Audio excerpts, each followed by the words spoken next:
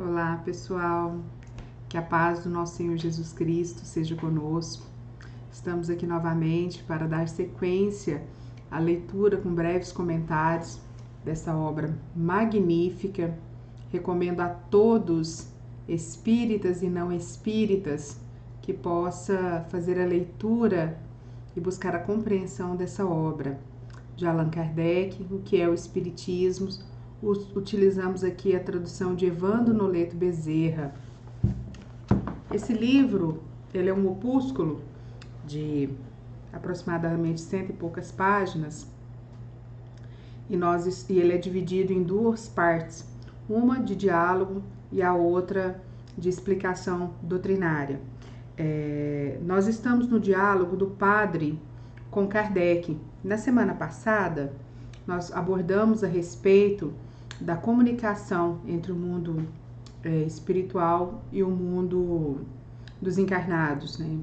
O padre veio dialogando referente à proibição de Moisés e Kardec nos dando as orientações devidas. A sequência desse vídeo encerra esse diálogo com o padre e essa primeira fase desse livro, essa primeira parte. Kardec, o padre então indaga Kardec: segundo os espíritos, quem não crê neles, nem nas suas manifestações, será menos favorecido na vida futura? Kardec: se esta crença fosse indispensável à salvação dos homens, que seria daqueles que, desde o começo do mundo, não tiveram a chance de possuí-la? Bem, como daqueles que, durante muito tempo, morrerão sem tê-la. Poderá Deus fechar-lhe as portas do futuro? Não. Os espíritos que nos instruem são muito mais lógicos. Eles nos dizem: Deus é soberanamente justo e bom, e não subordina a sorte futura do homem a condições alheias à sua vontade. Eles não nos dizem que fora do espiritismo não há salvação, mas sim, como Cristo, que fora da caridade não há salvação. Então, independente aquele que crê ou não crê na existência dos espíritos, que acredita ou não em sua comunicabilidade, o que importa é aquilo que a gente está fazendo, né? É a nossa condição moral, é a nossa condição de estar seguindo aqueles preceitos que o Cristo deixou para nós. Fora da caridade não há salvação. Nós já falamos disso muitas vezes na nossa casa.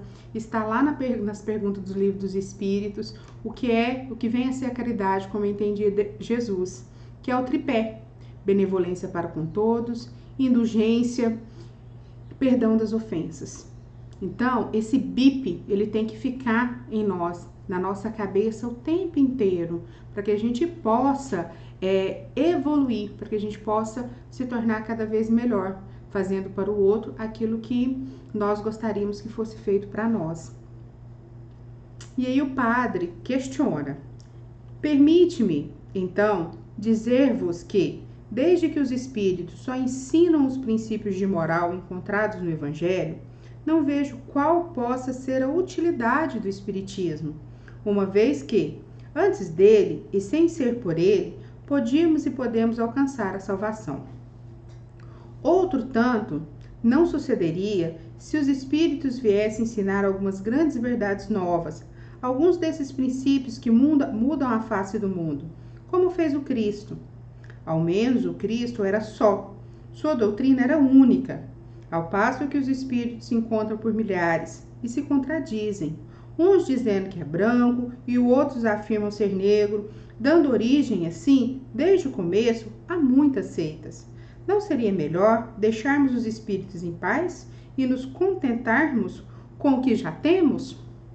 Muito perspicácia esse questionamento, né? Muito perspicaz esse questionamento do padre, né? A gente já ouviu várias vezes na nossa casa espírita qual seria então a utilidade e a necessidade do espiritismo. E a gente vai ouvir isso de Kardec. Laborais em erro, Senhor, em não sair do vosso ponto de vista e em considerar sempre a Igreja como o único critério dos conhecimentos humanos. Se o Cristo disse a verdade, o Espiritismo não podia dizer outra coisa. E em vez de apredejá-lo por isso, deve-se acolhê-lo como poderoso auxiliar, que vem confirmar por todas as vozes de além-túmulo as verdades fundamentais da religião, combatidas pela incredulidade. Que o materialismo combata, compreende-se facilmente, mas que a Igreja se associe ao materialismo para combatê-lo é o que não se pode conceber. Ela também se contradiz quando qualifica de demoníaco um ensino que se apoia na autoridade de Jesus e, ao mesmo tempo, proclama a missão divina do fundador do cristianismo.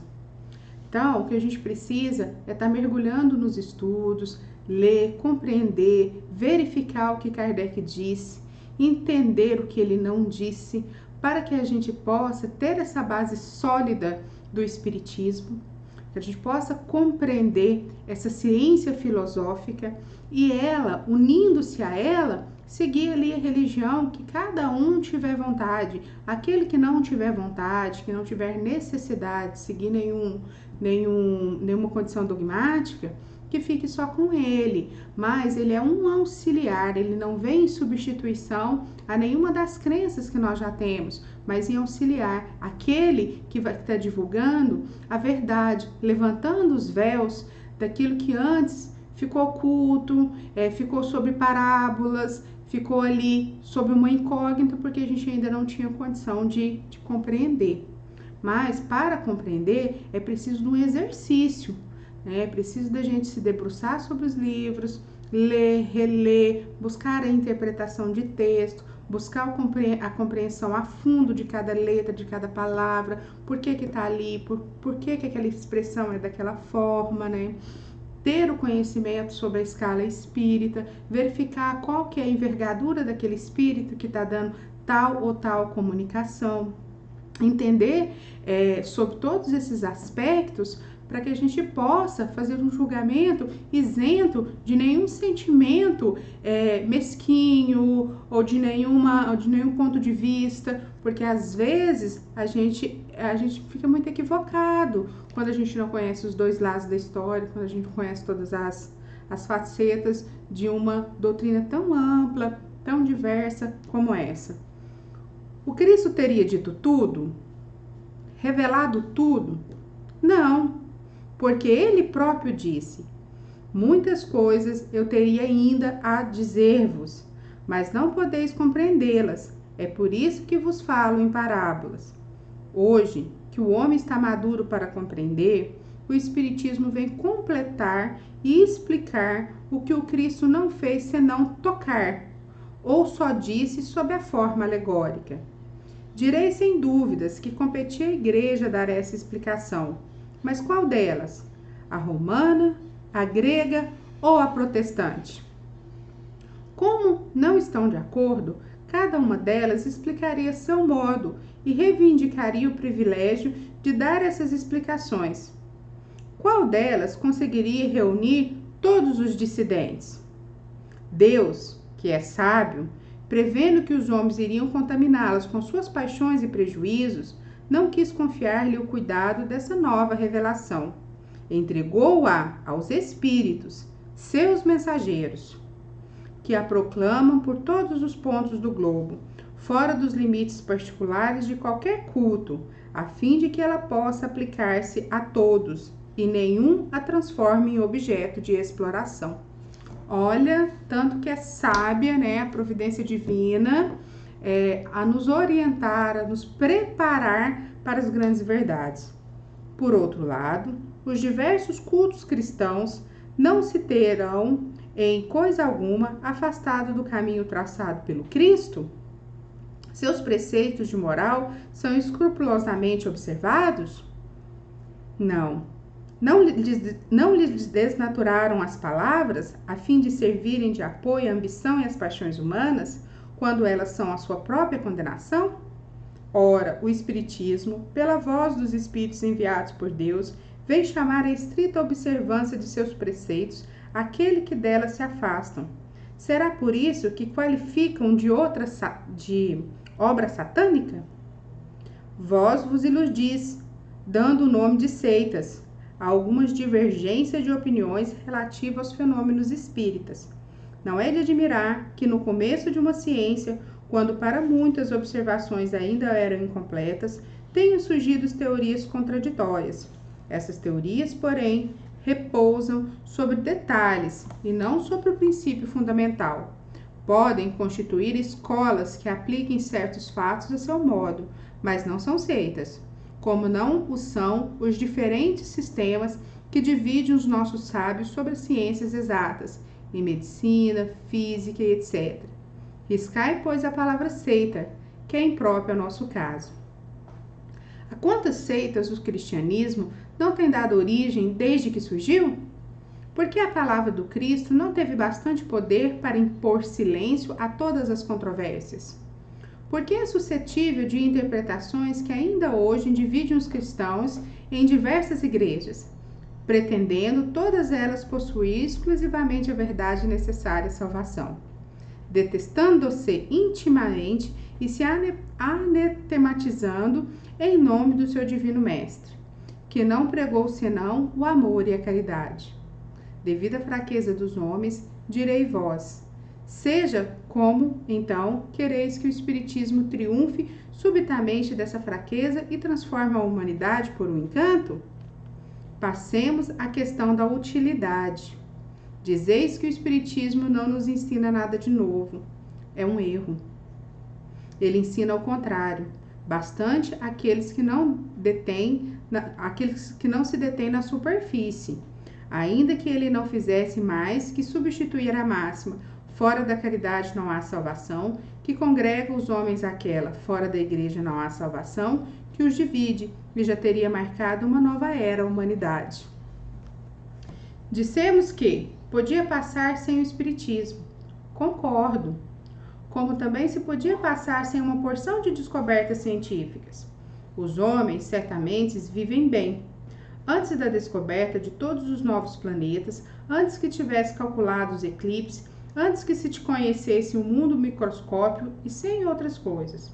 O camponês, para viver e fazer germinar o trigo, não precisa saber o que é um cometa. E, contudo, ninguém nega que todas essas coisas alargam os círculos das ideias e nos fazem compreender melhor as leis da natureza. Ora, o mundo dos espíritos é uma dessas leis que o Espiritismo nos faz conhecer. Ele nos ensina a influência que esse mundo exerce sobre o mundo corpóreo.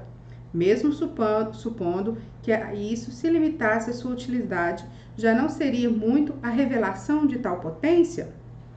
Vejamos agora sua influência moral.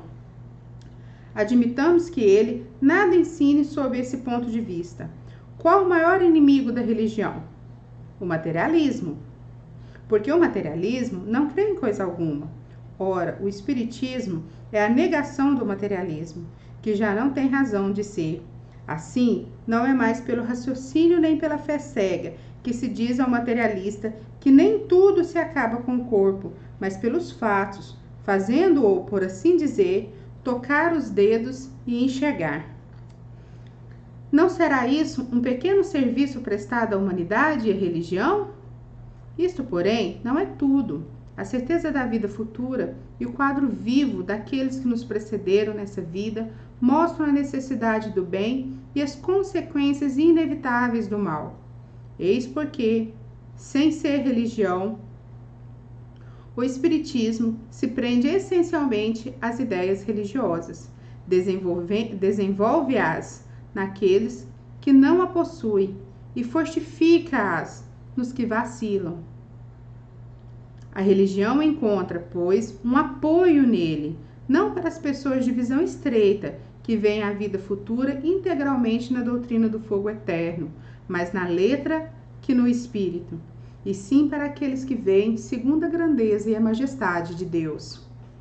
Em síntese, o Espiritismo engrandece e eleva as ideias, combate os abusos gerados pelo egoísmo, a cupidez, a ambição. Quem, porém, terá coragem de defendê-lo e se declararem seus campeões? Se ele não é indispensável à salvação, facilita, firmando-nos no caminho do bem. Além disso, que homem sensato ousará avançar que a falta de ortodoxia é a mais repreensível aos olhos de Deus do que o ateísmo e o materialismo? Submeto as seguintes questões a todas as pessoas que combatem o espiritismo, sob o ponto de vista de suas consequências religiosas. Quem será menos favorecido na vida futura? Aquele que não crê em coisa alguma ou quem, acreditando nas verdades gerais, não admite certas partes de dogma? O protestante e o cismático serão confundidos na mesma reprovação que o ateu e o materialista? Aquele que, no rigor da palavra, não é ortodoxo, mas faz todo o bem que pode, que é bom e indulgente para com o próximo, leal em suas relações sociais, terá menos garantia de salvação do que aqueles que creem em tudo, mas que é duro, egoísta e falta com a caridade? O que vale mais aos olhos de Deus? A prática das virtudes cristãs sem a dos deveres da ortodoxia ou a destes últimos sem a da moral? Respondi, senhor abade, as questões e objeções que me dirigistes, mas, como vou-lo disse no começo, sem intenção alguma preconcebida de vos induzir às nossas ideias e de mudar as vossas convicções, limitando-me a fazer-vos encarar o espiritismo sob seu verdadeiro aspecto. Se não tivesses vindo, eu não vos teria ido procurar, o que não quer dizer que desprezássemos a vossa adesão aos nossos princípios, caso ela se verificasse. Longe disso, julgamo-nos sempre felizes pelas aquisições que fazemos, as quais têm para nós tanto maior valor quanto mais livres e voluntárias elas são.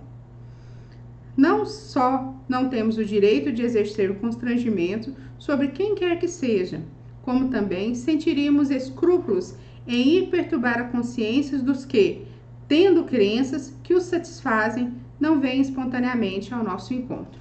Então, o espiritismo ele não viola consciência alguma, né? Se a pessoa quer ir de livre e espontânea vontade, tudo bem, mas a gente não tem que fazer proselitismo, não tem que tirar ninguém da crença deles para que siga a nossa. Não podemos, em momento algum, nos considerar melhor do que os demais, porque seguimos os preceitos dessa doutrina, mas sim respeitar aquele, porque o que vale não é aquilo que a gente segue, mas é aquilo que a gente está exercendo, né? É o trabalho moral que cada um emprega em domar as suas más inclinações, as suas más atitudes, em se melhorar e em fazer todo o bem possível para o próximo. Dissemos que o melhor meio de esclarecerem sobre o espiritismo é estudarem previamente a teoria. Os fatos virão depois, naturalmente, e serão compreendidos facilmente, qualquer que seja a ordem em que as circunstâncias os façam vir. As nossas publicações são feitas no intuito de favorecer esse estudo. A primeira leitura a fazer-se é a deste resumo, que apresenta o conjunto e os pontos mais salientes da ciência. Com isso, já se pode fazer uma ideia do espiritismo e ficar-se convencido de que, no fundo, existe algo de sério. Nesta rápida exposição, nós nos empenhamos em indicar os pontos sobre os quais o observador deve fixar particularmente a atenção. A ignorância dos princípios fundamentais é a causa das falsas apreciações.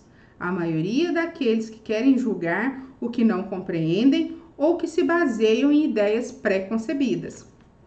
Se da leitura desse primeiro resumo surgir o desejo de saber mais sobre o assunto, deve-se ler o Livro dos Espíritos, no qual os princípios da doutrina estão completamente desenvolvidos.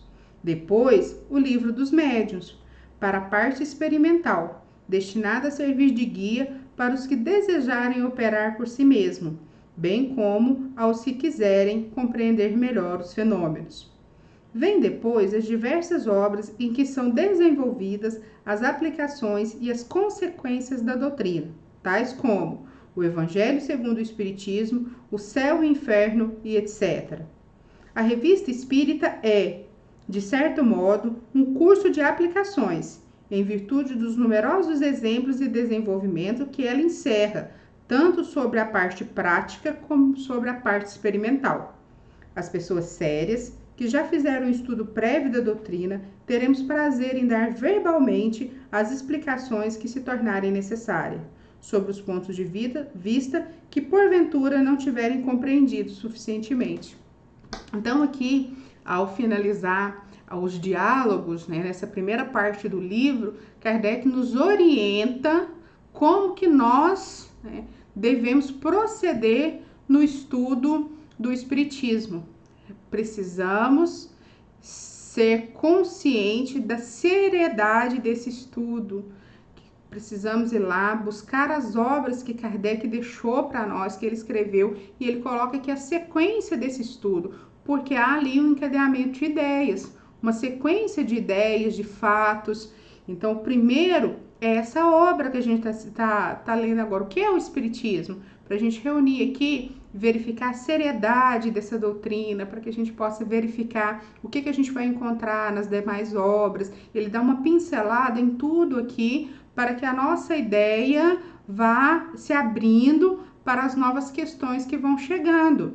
Depois, um estudo aprofundado do Livro dos Espíritos. Quando a gente chega no Livro dos Espíritos, nós temos ali a reunião de 4 grandes livros, onde o primeiro livro, ele vem retratando a obra, ele está desenvolvido na obra Gênese. Então, primeira parte, primeiro livro, que consta dentro do Livro dos Espíritos, e o seu desenvolvimento está ali na Gênese. Então, se a gente vai na pergunta, lê a resposta, estuda, medita sobre aquilo que está falando, vai lá na obra Gênese, pesquisa sobre o que tem lá mais desenvolvido, de mais informações, nós vamos munindo de maior conhecimento e compreensão.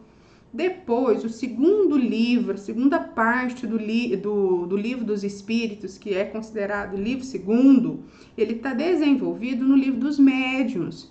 Então, ao fazer-se as leituras, o estudo dessas questões, é necessário, é prudente que a gente esteja com o Livro dos Médiuns também aberto, que a gente vai lá e verifique esse desenvolvimento. Na sequência, nós vamos ter o terceiro livro, que consta dentro do Livro dos Espíritos, que o seu desenvolvimento está no Evangelho segundo o Espiritismo. Então, quando a gente for lá estudar as questões, as respostas, para que possamos aprofundar no conhecimento, que façamos juntos a leitura do Evangelho também, que possamos ir lá e investigar, e procurar, e pesquisar nessa obra também. E não simplesmente abrir ele aleatoriamente, que a gente possa saber aonde está, qual foi o encadeamento de ideia, por que é que Kardec usou aquela sequência, por que é que ele usou aqueles versículos, qual foi o desenvolvimento, aonde que é o versículo, aonde que é a fala de Kardec, aonde está a orientação dos espíritos, qual que foi a metodologia ali utilizada. Depois, na sequência, o último livro que finaliza o Livro dos Espíritos, que é o quarto livro, ele está desenvolvido na obra Céu e Inferno e a Justiça Divina. Então, quando a gente chegar lá naquelas questões, que a gente abra, que a gente investigue e que vá lá também no Céu e Inferno para que possamos munir de maiores informações. A Revista Espírita são 12 anos, então de 1858 a 1869, até a Kardec tinha deixado pronto o último exemplar antes do seu desencarne. Praticamente tem ali, acho que se eu não me engano, até março, abril, o último exemplar. Então lá, Kardec coloca como era feito na sociedade parisiense, como que se questionamenta os espíritos, como que eram feitas as evocações, como que era feito a sequência no atendimento espiritual, como que aquilo ali ia se desenvolvendo. Ele debate assuntos, artigos, notícias da época, distratores, aquelas pessoas que questionavam o espiritismo. Todo questionamento sério, foi dada ali uma resposta digna por Kardec e orientações e mensagens de espíritos superiores. Então, ele tem ali um manancial imenso de informações para que possa nos orientar a respeito dessa doutrina tão abençoada. Então, que a gente possa se debruçar sobre essas obras, que a gente possa ler, tentar compreender, levar para as nossas casas espíritas, levar para o nosso dia a dia, para a nossa rotina, né? E que aliado, associado a isso, sabendo o que Kardec disse e o que Kardec não disse, que a gente possa ter a condição para que possamos ler o restante da literatura espírita e que quando formos ler a literatura espírita, conhecedores da escala espírita, nós possamos fazer um julgamento justo e entender por que aquilo está escrito desse jeito, por que parece ser divergente entre as opiniões dos espíritos, né? Sabendo que os espíritos que compõem o plano espiritual são aqueles homens que desencarnaram. Então, alguns são bastante evoluídos, outros não. Que a gente possa ter generosidade a hora que a gente vai ler e interpretar essas obras espíritas. Semana que vem eu aguardo vocês. Nós vamos começar na segunda parte do livro, no capítulo 2, Noções Elementares do Espiritismo. Terá aqui muitas informações de Kardec que vai nos auxiliar muito na compreensão do que é o Espiritismo. Que Jesus nos abençoe e até a próxima sexta.